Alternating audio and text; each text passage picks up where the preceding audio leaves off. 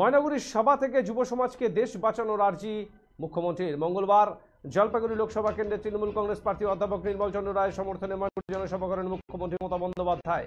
প্রায় 30 মিনিটের বক্তব্যে মুখ্যমন্ত্রী মমতা বন্দ্যোপাধ্যায় রাজ্যের উন্নয়নের দিকগুলো তুলে ধরেন, সেই সাথে বিজেপিকে আক্রমণ করেন তিনি।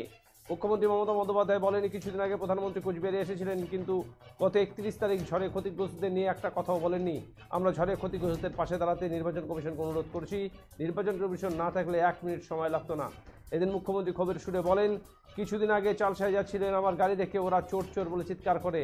ইলেকশন না থাকলে সুযোগ পেলে ওদের চিপ টেনে ছেড়ে দিতাম, তবে এটা ওরা বলে আমি বলি না। বিজেপি দেশকে বিক্রি করে দিচ্ছে বলে দাবি করেন মুখ্যমন্ত্রী এবং বলেন, ছাত্র যুব সমাজকে এগিয়ে আসতে হবে, দেশকে বাঁচাতে হবে, কারণ ওরা দেশটাকে বিক্রি করেছে।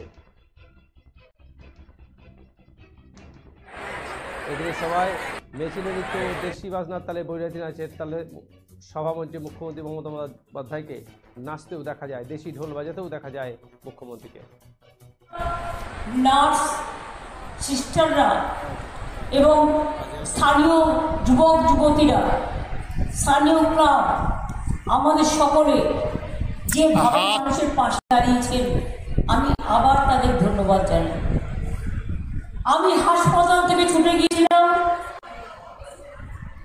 ময়নাগুড়ি,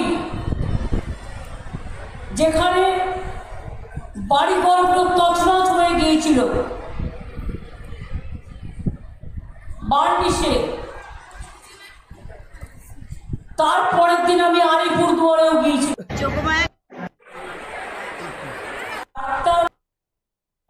ডিজাস্টারে একটা রুল নতুন আগস্ট মাসে হয়েছে, আমি দেখে নিয়েছি। তাতে 20,000 প্রথমে পেয়েছেন, পরে 40 প্রশাসন দেবে, তারপরে 60,000 কাজ হয়ে গেলে দ্বিতীয় কিস্তিতে আরো 60,000 টাকা পাবেন, বাড়িটা ভালো করে তৈরি করে নেবেন। আর যাদের পার্টেই ভেঙেছে, যাদের 5,000 টাকা করে দিয়েছে ইলেকশন কমিশনের নিয়ম অনুযায়ী, আমি কথা দিচ্ছি